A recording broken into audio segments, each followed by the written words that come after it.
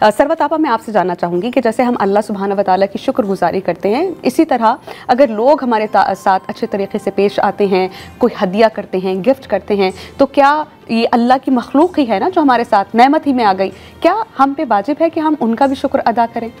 अच्छा देखिए, जिस तरीके से कि लोग हमारा शुक्रिया अदा करते हैं तो हमको भी चाहिए कि हम अल्लाह ताला की नेमतों का शुक्र अदा कर सकें। और बहुत सारे अफराद जो कि हमारे इर्द गिर्द होते हैं वो हमारे साथ हुस्न सलूक किया करते हैं, तो हमको उनका भी शुक्रिया अदा करना चाहिए। हम ख़वातीन के अंदर, मैं ख़वातीन का नाम ज़्यादा इसलिए लूँगी कि मर्दों के अंदर ये बीमारी कम पाई जाती है, ख़वातीन में ज़्यादा होती है कि वो नाशुक्रापन करती हैं बहुत ज़्यादा। कभी घर वालों की शिकायत, कभी ख़ानदान वालों की शिकायत, कभी, और जब बात हद से ज़्यादा आगे बढ़ जाती है तो वो अल्लाह की शिकायत करने लगती है, नाउज़ुबिल्लाह मिन ज़ालिक, कि उसको इतना दिया हमको ना दिया, उसका बच्चा फ़र्स्ट आया हमारा बच्चा क्यों नहीं फ़र्स्ट आया, और उनकी बेटी की शादी अच्छी जगह हो गई हमारी बेटी की शादी अच्छी जगह नहीं हुई।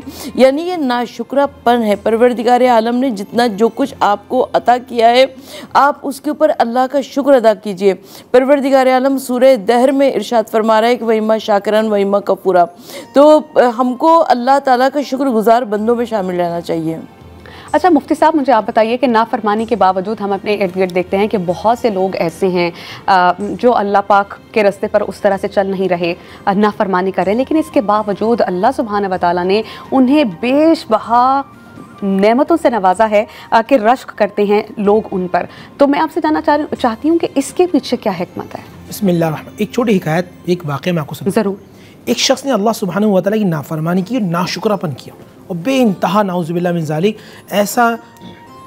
ऐसा गुनाह किया कि अल्लाह सुब्हानहू व तआला ने उस ज़माने के जो बादशाह थे उसको ख्वाब में अल्लाह ने इल्हामी सूरत में बताया कि फ़लाँ को तुम अपना वज़ीर रख लो, वज़ीर ख़ास रख लो, और उस पर अपनी नेमतें, बादशाह से कहा कि नेमतें तमाम करते रहो, नेमतें खोलते रहो जी। एक दिन बादशाह ने अल्लाह की बारगाह में इस्तिग़ासा किया, अल्लाह ये फ़लाँ बंदा तो इतना नेक नहीं है, गुनाहगार है, मैं जानता हूँ, मगर तूने कहा कि इस पर नेमतें दुनिया की खोलते रहो, इसकी वजह क्या है? अल्लाह की तरफ से इल्हामी आवाज़ आई कि ए बादशाह, इसने गुनाह किया और मैं चाहता हूँ कि इसको कभी मुआफ़ी की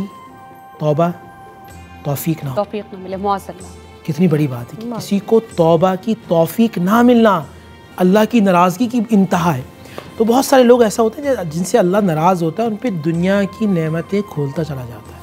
वो दुनिया में इतने गुम होते हैं कि उन्हें सब का सब दुनिया में अता कर देता है। और मोमिन वो हैं जिनके लिए अल्लाह सुब्हानहू व तआला ने आखिरत का समा रखा। हम दुआ करते हैं, रब्बना आतीना फिद दुनिया हसना व फिल आखिरति हसना, ऐ अल्लाह हमारी दुनिया भी हसीन फरमा और हमें आखिरत भी हसीन फरमा। लेकिन जो मुसलमान अहले दिल हैं, अहले ईमान हैं, अल्लाह ने उनके लिए आखिरत रखी है।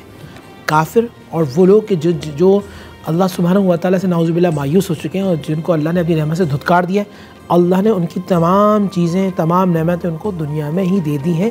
इसलिए हमें ऐसा लगता है कि नाउज़ुबिल्लाह ये गुनाहगार है, फाजिर व फासिक है, मगर इस पर नेमतें बहुत ज़्यादा हैं। तो वो इसलिए ताकि ये नेमत इसको सब यहाँ मिल जाए और ये अल्लाह सुब्हानहू व तआला से मज़ीद दूर हो जाए। अल्लाह ने उसको ढील दी है जी, छोड़ा नहीं है।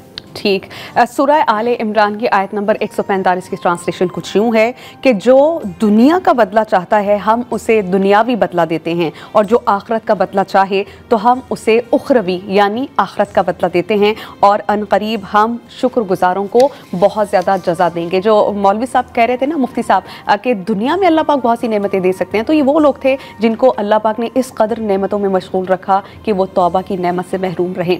डॉक्टर सरवत अस्करी साहब से मैं पूछना चाहूँगी, आप मुझे ये बताइएगा कि नेमतों का कुफ्र करना लोगों के लिए कैसे बाइसे अज़ाब बनता है? अच्छा, नेमतों को देखिए, अल्लाह ताला भी हमको नेमतें अता फरमाते हैं, और बहुत सारी मरतबा बहुत सारे जो हमारे इर्द गिर्द वाले अफराद होते हैं वो भी हमारे लिए आसानियाँ पैदा करते हैं, हमारे लिए कशाइश पैदा करते हैं। तो हमको शुक्रिया अदा करना चाहिए अपने इर्द गिर्द वालों का भी और परवरदिगार आलम का भी कि उसने हमको इतनी नेमतें अता फरमाई हैं। तो जो शुक्रिया अदा करना है वो एक तरफ अल्लाह ताला की अता करदा नेमतों में इजाफ़ा फरमा देता है, और दूसरी जानिब अज़ाब, अगर शुक्रिया अदा ना किया जाए तो अज़ाब भी करीब आ जाता है। तो हम इसलिए शुक्रिया अदा करते हैं ताकि हम परवरदिगार आलम के अज़ाब से दूर रह सकें। ठीक।